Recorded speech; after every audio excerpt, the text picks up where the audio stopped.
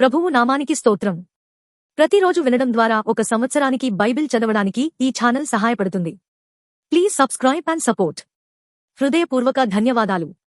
నేటి వేద భాగం విలాప వాక్యములు. మొదటి అధ్యాయము. జనభరితమైన పట్టణము ఎట్లు ఏకాకియై దుఃఖాక్రాంతమాయను, అది విధవరాలి వంటిదాయను.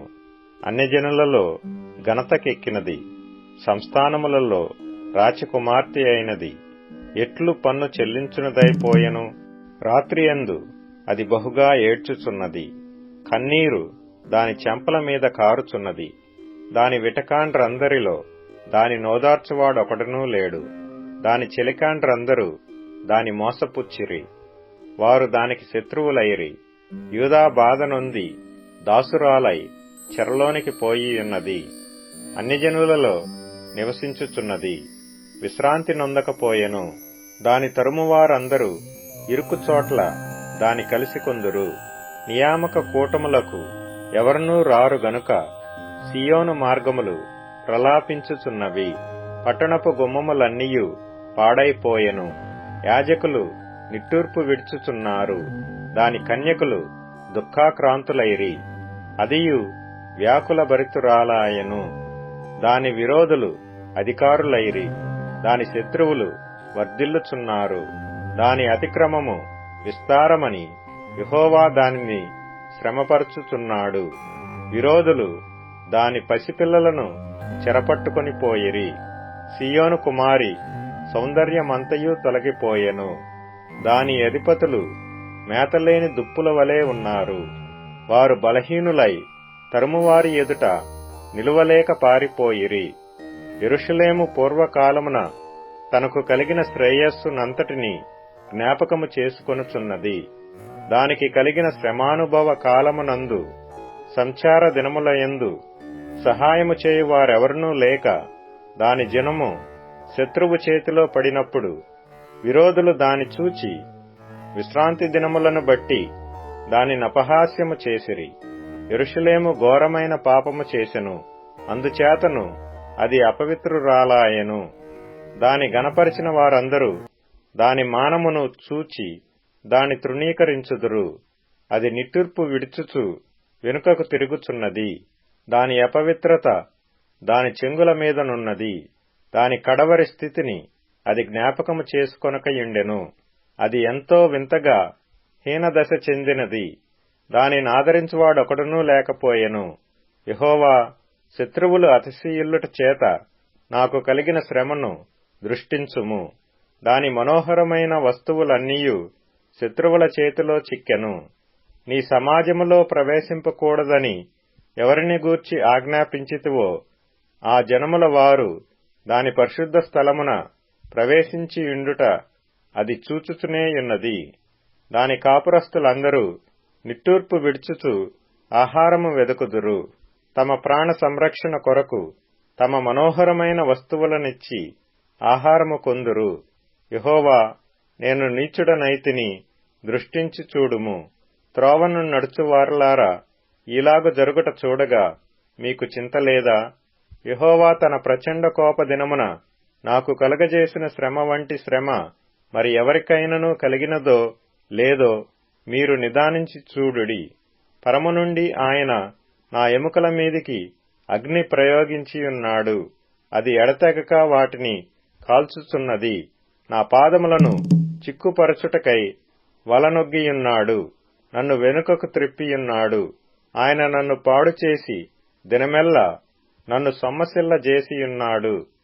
కాడి కట్టినట్లుగా తానే నా అపరాధములను నాకు కట్టియున్నాడు. అవి పైన వేయబడినవై నా మెడమీదికెక్కెను. నా బలమును ఆయన బలహీనతగా చేసియున్నాడు. ప్రభువు శత్రువుల చేతికి నన్ను అప్పగించియున్నాడు. నేను వారి ఎదుట లేవలేకపోతిని. నేను చూచుచుండగా ప్రభువు నా బలాఢ్యులనందరినీ కొట్టివేశెను. నా యవ్వనులను అణగద్రొక్కవలెనని ఆయన నా మీద నియామక కూటము కూడను చాటించెను. యెహోవా కన్యకయైన యూదా కుమారిని ద్రాక్షగానుగలో వేసి త్రొక్కియున్నాడు. వీటిని బట్టి నేను ఏడ్చుచున్నాను.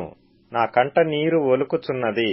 నా ప్రాణము తెప్పరిల్లజేసి నన్ను ఓదార్చవలసిన వారు నాకు దూరస్థులైరి. శత్రువులు ప్రబలియున్నారు, నా పిల్లలు నాశనమైపోయిరి. ఆదరించువాడు లేక సీయోను చేతులు చాపుచున్నది. యెహోవా యాకోబునకు చుట్టూనున్న వారిని విరోధులయ్యుండ నియమించియున్నాడు.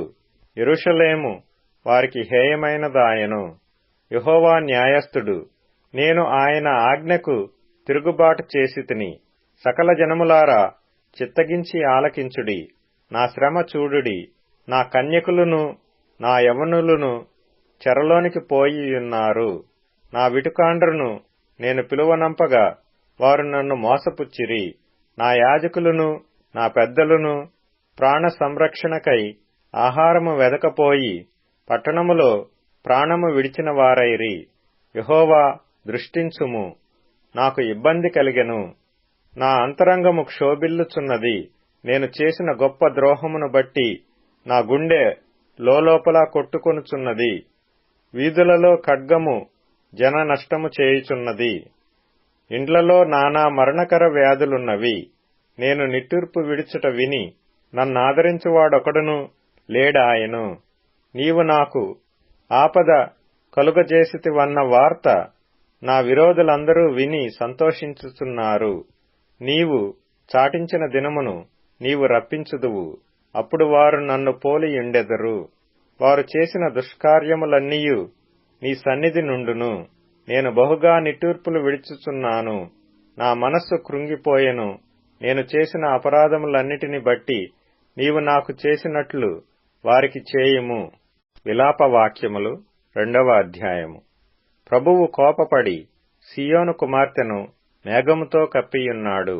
ఆయన ఇశ్రాయేలు సౌందర్యమును ఆకాశము నుండి భూమి మీదికి పడవేశెను. కోపదినమందు ఆయన తన పాదపీఠమును జ్ఞాపకము చేసుకొనకపోయెను. ఒకటియూ విడువక ప్రభువు యాకోబు నివాస స్థలములన్నిటినీ నాశనము చేసియున్నాడు. మహోగ్రుడై యూదా కుమార్తె కోటలను పడగొట్టియున్నాడు. వాటిని నేలకు కూల్చివేసియున్నాడు. ఆ రాజ్యమును దాని అధిపతులను ఆయన అపవిత్రపరచియున్నాడు. కోపావేశుడై ఇశ్రాయేలీలకున్న ప్రతి శృంగమును ఆయన విరుగగొట్టియున్నాడు. శత్రువులుండగా తన కుడిచెయ్యి ఆయన వెనుకకు తీసియున్నాడు. నఖముఖాల దహించు అగ్నిజ్వాలలు కాల్చునట్లు ఆయన యాకోబును కాల్చివేసియున్నాడు. శత్రువుల వలె ఆయన విల్లెక్కు పెట్టి విరోధి వలె కుడిచెయ్యి చాపియున్నాడు. కంటికి అందమైన వస్తువులనన్నిటినీ నాశనము చేసియున్నాడు. అగ్ని కురియునట్లుగా ఆయన తన ఉగ్రతను సీయోను కుమార్తె గుడారముల మీద కుమ్మరించియున్నాడు. ప్రభువు శత్రువాయెను. ఆయన ఇశ్రాయేలును నిర్మూలము చేసియున్నాడు. దాని నగరులన్నిటినీ నాశనము చేసియున్నాడు. దాని కోటలను పాడు చేసియున్నాడు. యూదా కుమారికి అధిక దుఃఖ ప్రలాపములను ఆయన కలుగజేసియున్నాడు. ఒకడు తోటను కొట్టివేయునట్లు తన ఆవరణమును ఆయన క్రూరముగా కొట్టివేసియున్నాడు. తన సమాజ స్థలమును నాశనము చేసియున్నాడు. యెహోవా సీయోనులో నియామక కాలము విశ్రాంతి దినము మరువబడునట్లు చేసియున్నాడు. కోపావేశుడై రాజును యాజకుని త్రోసివేసియున్నాడు. ప్రభువు తన బలిపీఠము విడనాడెను. తన పరిశుద్ధ స్థలమునందు అసహ్యించుకొనెను. దాని నగరుల ప్రాకారములను శత్రువుల చేతికి అప్పగించెను. వారు నియామక కాలమున జనులు చేయునట్లు యెహోవా మందిరమందు ఉత్సాహధ్వని చేసిరి. సీయోను కుమారి యొక్క ప్రాకారములను పాడు చేయుటకు యెహోవా ఉద్దేశించెను. నాశనము చేయుటకు తన చెయ్యి వెనుక తీయక ఆయన కొల నూలు సాగలాగెను. ప్రహరియు ప్రాకారమును దీని గూర్చి మూల్గుచున్నవి. అవి ఏకరీతిగా క్షీణించుచున్నవి. పట్టణపు గవునులు భూమిలోనికి కృంగిపోయెను. దాని అడ్డగడలను ఆయన తుత్తునీయులుగా కొట్టి పాడు చేసెను. దాని రాజును అధికారులను అన్యజనులలోనికి పోయియున్నారు. అచ్చట వారికి ధర్మశాస్త్రము లేకపోయెను. యెహోవా ప్రత్యక్షత దాని ప్రవక్తలకు కలుగటలేదు. సీయోను కుమారి పెద్దలు మౌనులై నేల కూర్చుందురు. తలల మీద బుగ్గి పోసికొందురు, గోనెపట్ట కట్టుకొందురు. యెరూషలేము కన్యకలు నేల మట్టుకు తల వంచుకొందురు. నా జనుల కుమారికి కలిగిన నాశనము చూడగా నా కన్నులు కన్నీటి చేత క్షీణించుచున్నవి. నా యంతరంగము క్షోభిల్లుచున్నది. నా కాలేజము నేల మీద ఒలుకుచున్నది. శిశువులను చంటి బిడ్డలను పట్టణపు వీధులలో మూర్ఛిల్లెదరు. గాయముందిన వారై పట్టణపు వీధులలో మూర్ఛిల్లుచు తల్లుల రొమ్ము నానుకొని అన్నము ద్రాక్షారసము ఏది అని తమ తల్లుల నడుగుచు ప్రాణము విడిచెదరు. యెరూషలేము కుమారి, ఎట్టి మాటల చేత నిన్ను హెచ్చరించుదును, దేనితో నిన్ను సాటి చేయుదును? సీయోను కుమారి, కన్యక, నిన్ను ఓదార్చుటకు దేనితో నిన్ను పోల్చుదును? నీకు కలిగిన నాశనము సముద్రమంత గొప్పది. నిన్ను స్వస్థపరచగలవాడెవడు? నీ ప్రవక్తలు నిరర్ధకమైన వ్యర్థ దర్శనములు చూచియున్నారు. నీవు చెరలోనికి పోకుండా తప్పించుటకై వారు నీ దోషములను నీకు వెల్లడి చేయలేదు. వారు వ్యర్థమైన ఉపదేశములు పొందినవారైరి, త్రోవ తప్పించు దర్శనములు చూచినవారైరి. త్రోవను వెళ్లువారందరూ నిన్ను చూచి చప్పట్లు కొట్టెదరు. వారు యెరూషలేము కుమారిని చూచి పరిపూర్ణ సౌందర్యము గల పట్టణమనియు, సర్వభూనివాసులకు ఆనందకరమైన నగరి అనియు జనులు ఈ పట్టణమును గూర్చియేనా చెప్పిరి అని ఎనుకొనుచు గేలి చేసి తల ఊచెదరు. నీ శత్రువులందరూ నిన్ను చూచి నోరు తెరచెదరు. వారు ఎగతాళి చేసి పండ్లు కొరుకుచు దాని మ్రింగివేసియున్నాము. ఇదే గదా మనము కనిపెట్టిన దినము, అది తటస్థించెను, దాని మనము చూచియున్నాము అని అనుకొనెదరు. యెహోవా తాను యోచించిన కార్యము ముగించియున్నాడు. పూర్వదినములలో తాను విధించినది ఆయన నెరవేర్చియున్నాడు. శేషము లేకుండా నిన్ను పాడుచేసియున్నాడు. నిన్ను బట్టి శత్రువులు సంతోషించున్నట్లు చేసియున్నాడు. నీ పగవారి శృంగమును హెచ్చించియున్నాడు. జనులు హృదయపూర్వకముగా యెహోవాకు మొర్రపెట్టుదురు.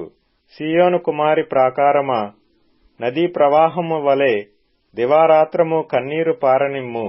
విరామము కలుగనీయకుము. నీ కంటి పాపను విశ్రమింపనీయకుము. నీవు లేచి రేయి మొదటి జామున మొర్రపెట్టుము. నీళ్లు కుమ్మరించున్నట్లు ప్రభువు సన్నిధిని నీ హృదయమును కుమ్మరించుము. నీ పసిపిల్లల ప్రాణము కొరకు నీ చేతులను ఆయన తట్టు ఎత్తుము. ప్రతి వీధి మొగను ఆకలిగొని వారు మూర్ఛిల్లుచున్నారు. నీవు ఎవని ఎడల ఈ ప్రకారము చేసితివో యెహోవా దృష్టించి చూడుము. తమ గర్భఫలమును తాము ఎత్తుకొని ఆడించిన పసి పిల్లలను స్త్రీలు భక్షించుట తగునా? యాజకుడును ప్రవక్తయు ప్రభువు యొక్క పరిశుద్ధాలయమునందు హతులొగట తగునా? యవనుడును వృద్ధుడును వీధులలో నేలను పడియున్నారు. నా కన్యకలును నా యవనులను ఖడ్గము చేత కూలియున్నారు. నీ ఉగ్రత దినమున నీవు వారిని హతము చేసితివి. దయ తలచ్చక వారినందరినీ వధించితివి. ఉత్సవ దినమున జనులు వచ్చునట్లుగా నలుదిశల నుండి నీవు నా మీదికి భయోత్పాతములను రప్పించితివి. యెహోవా ఉగ్రత దినమున ఎవడనూ తప్పించుకొనలేకపోయెను. శేషమేమియూ నిలువకపోయెను. నేను చేతులలో ఆడించి సాకిన వారిని శత్రువులు హరించివేసియున్నారు. తిమోతికి రాసిన 2వ పత్రిక 4వ అధ్యాయము. దేవుని ఎదుటను సజీవులకును మృతులకును తీర్పు తీర్చు క్రీస్తు యేసు ఎదుటను ఆయన ప్రత్యక్షత తోడు ఆయన రాజ్యము తోడు నేను ఆనబెట్టి చెప్పునదేమనగా, వాక్యమును ప్రకటించుము. సమయమందును అసమయమందును ప్రయాసపడుము. సంపూర్ణమైన దీర్ఘశాంతముతో ఉపదేశించుచు ఖండించుము, గద్దించుము, బుద్ధి చెప్పుము. ఎందుకనగా జనులు హితబోధను సహింపక దురద చెవులు గలవారై తమ స్వకీయ దురాశలకు అనుకూలమైన బోధకులను తమ కొరకు పోగు చేసుకుని సత్యమునకు చెవినీయక కల్పనా కథల వైపునకు తిరుగు కాలము వచ్చును. అయితే నీవు అన్ని విషయములలో మితముగా ఉండుము. శ్రమపడుము, సువార్తికుని పనిచేయుము. నీ పరిచర్యను సంపూర్ణముగా జరిగించుము. నేనిప్పుడే పానార్పణముగా పోయబడుచున్నాను.